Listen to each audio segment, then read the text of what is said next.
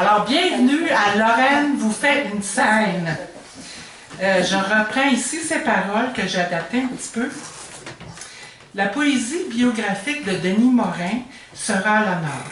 Barbara et Piaf revivront dans sa lecture. Lorraine interprétera en paroles ces deux monuments de la culture française, et ça avec tout son cœur. Alors, bonsoir pour ceux qui ne me connaissent pas. Je m'appelle Jocelyne Langlois. J'ai accepté avec plaisir l'invitation de Louis. Oh boy! L'invitation de Denis. Louis, c'est son mari. Oui, c'est ça. Il doit penser à moi. Et donc, oui, ça me fait vraiment plaisir de présenter les acteurs de ce spectacle dont, Alors, merci d'être ici aussi en dépit de la vilaine température. Ça va être filmé, accessible sur YouTube, peut-être pas tout le spectacle parce que j'ai eu un pépin technique et ça va être accessible aussi sur la page de l'événement.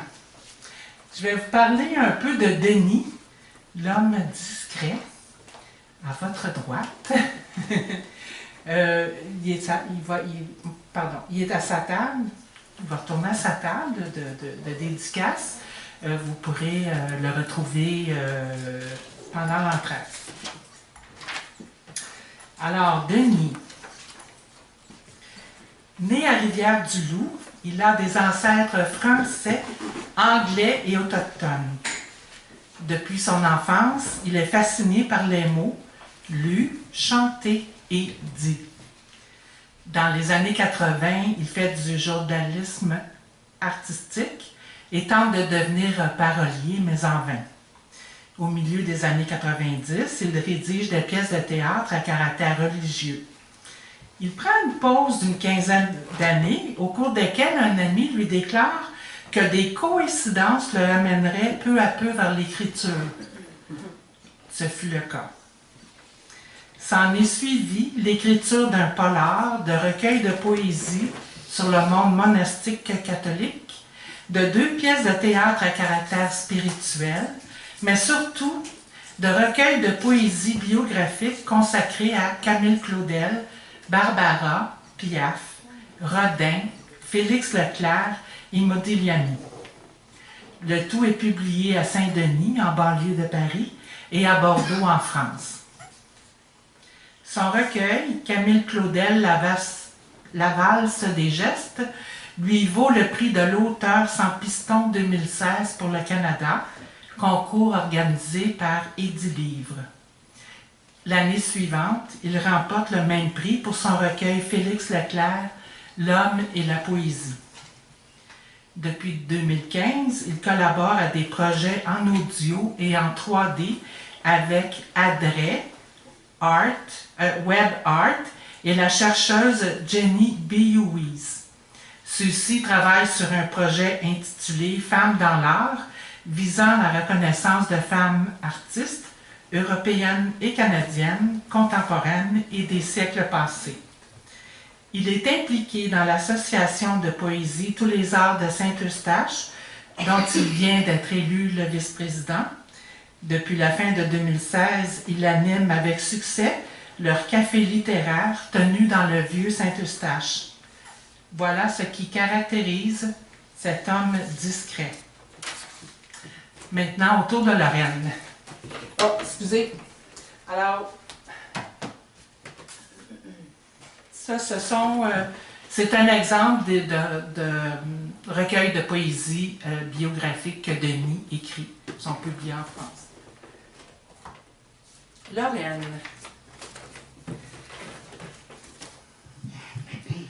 Lorraine écrit depuis l'enfance, trouvant son inspiration sur les rives du fleuve Saint-Laurent dans Charlevoix. Bercée par le bruit des vagues, elle écrit ainsi ses premiers poèmes et chansons. Elle entreprend des études en communication et en théâtre, où elle parfait ses talents d'auteur et d'interprète. Pour elle, la scène, c'est l'extase, mais la vie l'entraîne ailleurs. Elle écrit longtemps en secret, sur des cahiers et griffonne des textes un peu partout. Qui ne le fait pas.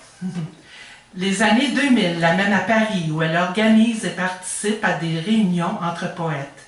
Elle fonde un forum d'écriture. En 2013, elle est publiée dans la revue L'Embarcadère de la Société littéraire de Charlevoix, pays de ses ancêtres. La boucle est bouclée. En 2015, elle écrit en collaboration avec Béatrix Delarue un recueil de poésie intitulé « D'une mère à l'autre ». Le voici. Grâce auquel les deux co-auteurs bénéficient d'une résidence d'écriture à Saorge, en France, où elle travaille sur un roman historique, toujours en cours d'écriture et que j'ai bien hâte de lire. Avec des poèmes et nouvelles, Lorraine collabore à des ouvrages collectifs, à la revue littéraire Le Grelot et donne des prestations sur scène à Paris, Toronto et Montréal. Je vais dire un mot sur Marc, que les poètes montréalais connaissent très très bien. Puis ça me tentait de parler de lui un petit peu plus, mais pas trop longtemps. Il a étudié la guitare classique au niveau universitaire et la composition. Il se destinait à une carrière de soliste en guitare classique, mais la vie l'a dirigé vers l'informatique pour soutenir sa famille. Depuis 5 ans, il se consacre à la musique, fort de son expérience en affaires et en technologie. C'est sans doute cette contrainte de temps qui a mené Marc vers l'improvisation. Il possède à cet égard un talent exceptionnel. Il est un genre d'alchimiste des nuances musicales. Ses mélodies reflètent le langage des émotions, semblant surgir de nulle part et émerger sous des formes infinies. J'ignore comment il fait, mais dès les premiers mots, et même parfois avant que le poète ouvre la bouche, il saisit déjà son message. Je l'adore. Ce n'est pas pour rien qu'on le surnomme paysagiste sonore. Nous sommes privilégiés de l'avoir pour accompagner Lorraine ce soir. Il a sa page Facebook et son site web personnel, émotionsdumoment.com. Ma chère Lorraine, il est maintenant temps pour toi de nous faire toute une scène. Merci.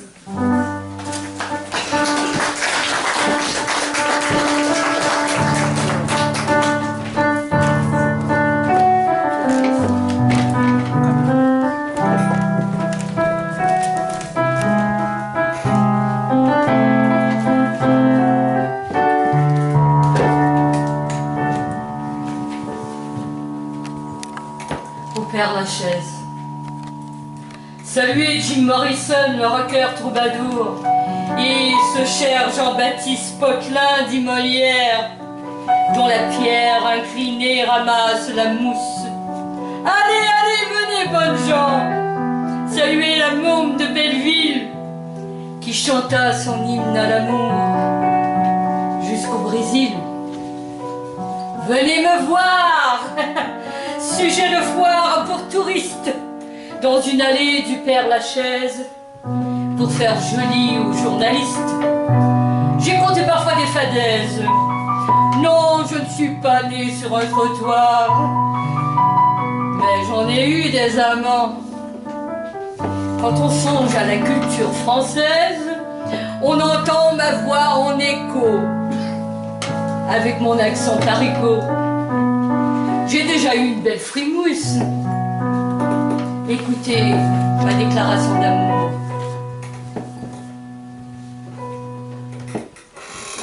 La petite, à peine née, presque aussitôt abandonnée par sa mère qui voulait mener une carrière.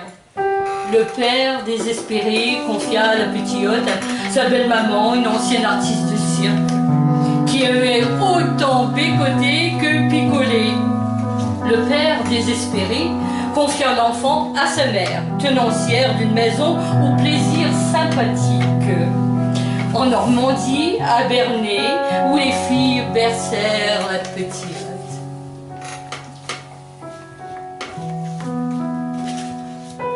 Entre les clients venus se prélasser. Pourtant, l'enfant pas idiote souffrit de solitude et d'une mauvaise vision. On consulta le docteur, on lui administra une médication, l'état ne changea guère.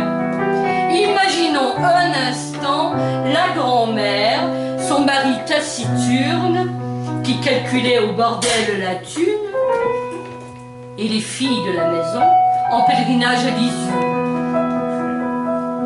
priant la fameuse carmélite des lieux. Scène cocasse qu'aurait pu traiter Pagnol et Flaubert.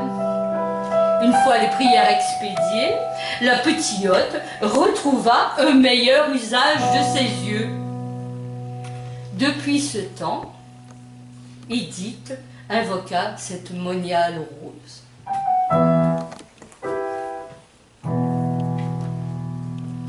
Une enfant de la balle.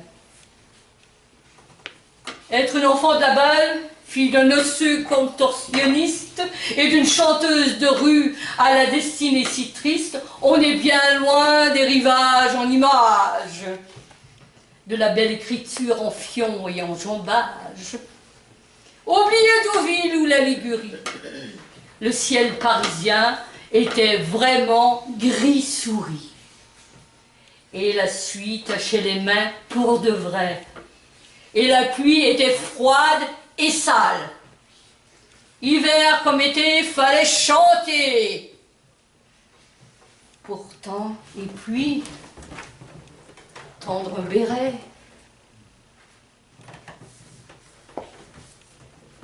Pour acheter les bons pains frais et craquant à se mettre sous la dent de monsieur le boulanger du coin.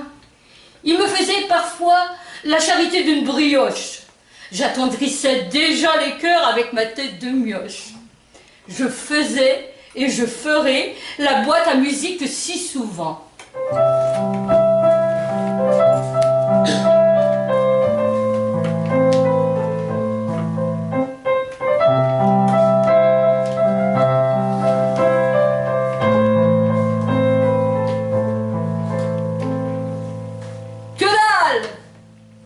Quitter le toit paternel, en avoir marre de monsieur Gassion qui gueule et des coups sur la tronche, des nouvelles amies ou d'une pseudo-belle-mère, c'est en chantant sous les réverbères, ces soleils irréels, que je rencontrais Simone, alias Momone. Une autre gosse si seule pour attirer l'aumône. On se peignait, puis on mettait 2 gouttes de parfum volé du lundi au vendredi pour chanter dans les beaux quartiers. Puis on salissait nos vêtements. Destination les quartiers ouvriers. Le samedi, quand les gens modestes faisaient leurs courses, je chantais à tue-tête et elle ramassait les pièces. Quand on avait assez de blé, on se payait une chambre d'hôtel et on faisait la kermesse de Belleville à Pigalle.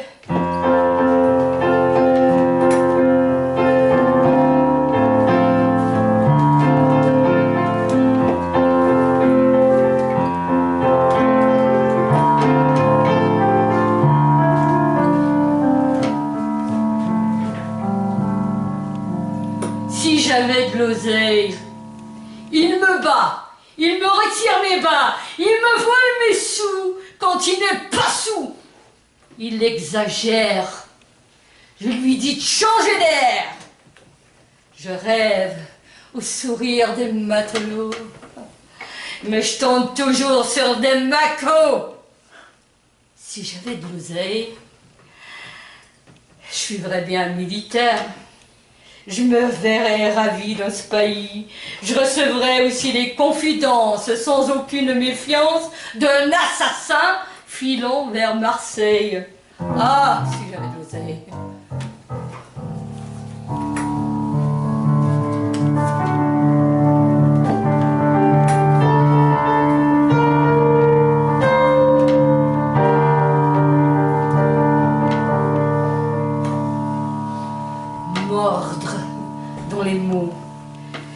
Ne fais pas le tapin, grimper sur des escarpins. C'est en offrant ma voix que je remplis un chapeau, un bas, Je ne suis pas celle qu'on invite à danser. Les badauds deviennent émus, on se dandine derrière les volets. Je peux donner ma part à un maquereau ou à un amant de passage. Je m'agite comme une bouée du naufrage. Je pressens les départs. Mais je saurai toujours jusqu'où griffer dans le dos, par attachement sans faire exprès, jusqu'où mordre dans les mots comme par instinct.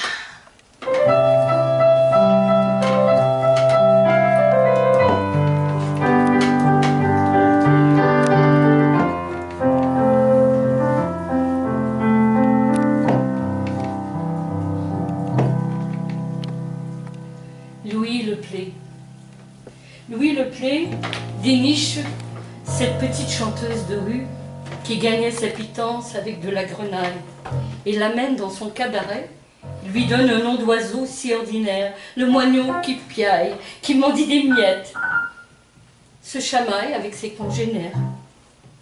Leplay, aussi vite apparu, aussi vite disparu, mort, assassiné. Edith passa au garde à vue. Cette nuit-là, elle chantait puis faisait avec des amis le chahut avant le bol de café noir en matinée. Un jour prochain, elle chantera des ballades, elle jouera au théâtre et au cinéma. Et elle enverra des panoramas. Elle évitera les paillettes. Sa robe noire lui servira de balustrade, de barricade.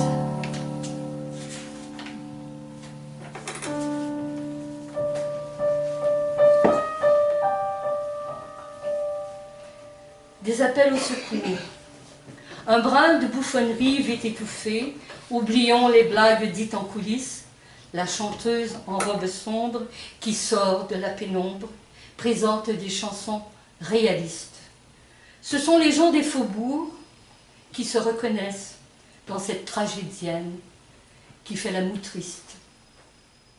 Dans ces cris d'oiseaux métalliques, comme autant d'appels au secours, elle ouvre la bouche, tout devient magique.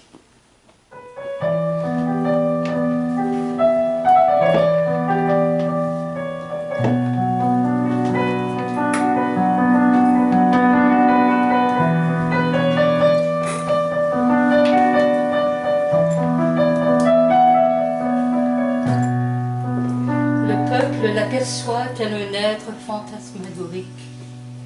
Les spectateurs assistent à leur propre dénuement. Je me sens parfois comme une garce qui se mire trop souvent dans la glace, qui impose sa galère aux personnes qui la supportent, qui la tolèrent. Des fois, je me dis, c'est à cause des méchants comme moi qui a la guerre. Me viennent à l'esprit ces réflexions naïves, me sens parfois à la dérive, comme les volutes d'une clope se heurtant sur la glace.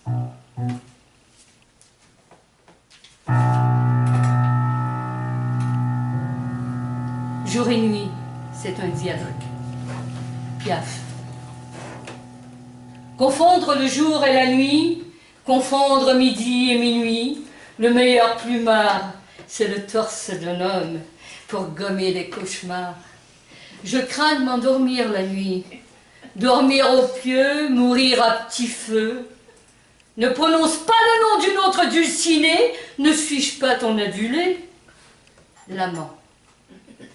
Si, mon acidulé, Piaf.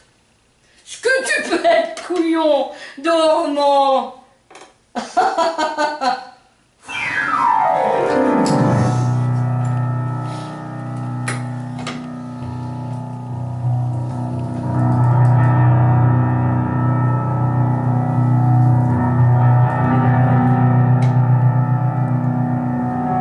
Étrange guerre. Les hommes n'apprennent rien d'hier. Ils entrèrent dans Paris au pas doigt pour dicter leurs injustes lois. J'en profitais pour voyager, pour chanter en zone libre, mais Je me sentais vraiment libre qu'en marchant près de l'étoile.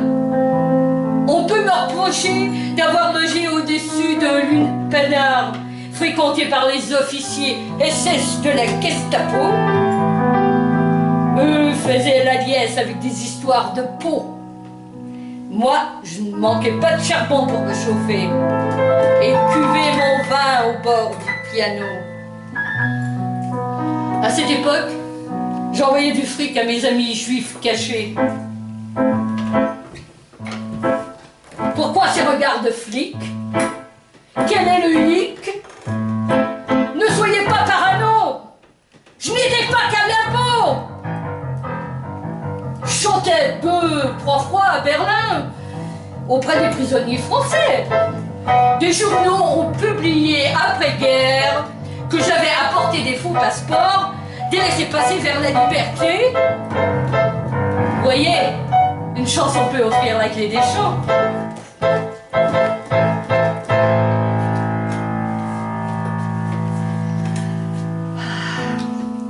Le beau gosse de Marseille. D'habitude, je largue les mecs, je lève l'ancre. Va-t'en le cancre! Un part, aussitôt un successeur se pointe. Le dernier m'a laissé tomber par le biais d'un télégramme. Il peut bien chanter les feuilles mortes. On évite un drame en agissant de la sorte. Façon subtile de prendre la porte. Je penserai à lui en écrivant la vie en rose.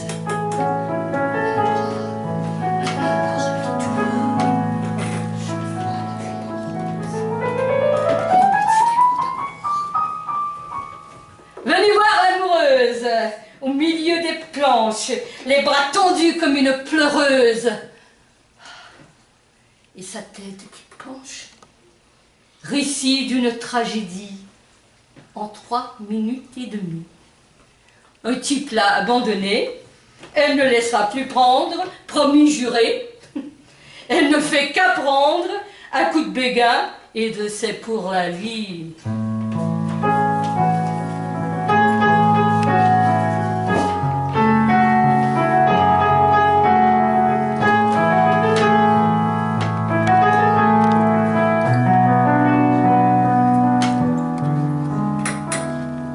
Marguerite Monod.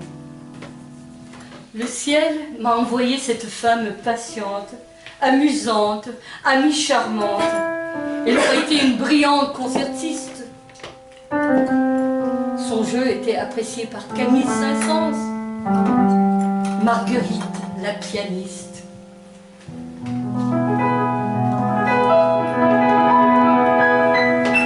Elle, grande, mince, blonde.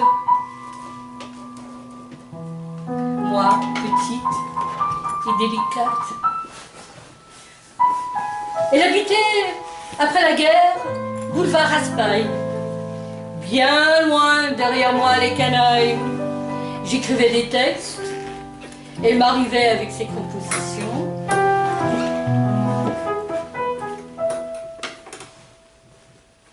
Toujours dans la bonne intention, le bon contexte, nous formions le premier tandem féminin en chanson française. Puis, pour un beau garçon, un compositeur, Marguerite a cédé son banc de pianiste. Qui ne regrette rien?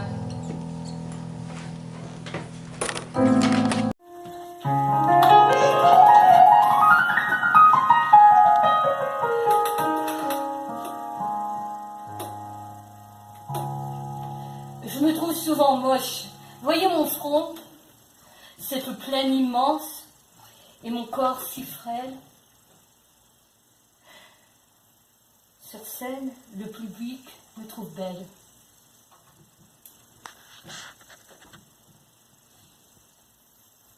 Avec mes yeux si bleus, mes cheveux bruns au reflet roux, mes mains qui dansent, puis s'arrêtent. je gère la démesure. Dans ma voix grave et puissante, je suis la tragédie. J'incarne la vie des midinettes, des ouvrières qui rêvent d'acteurs et de légionnaires pour leur compter fleurette.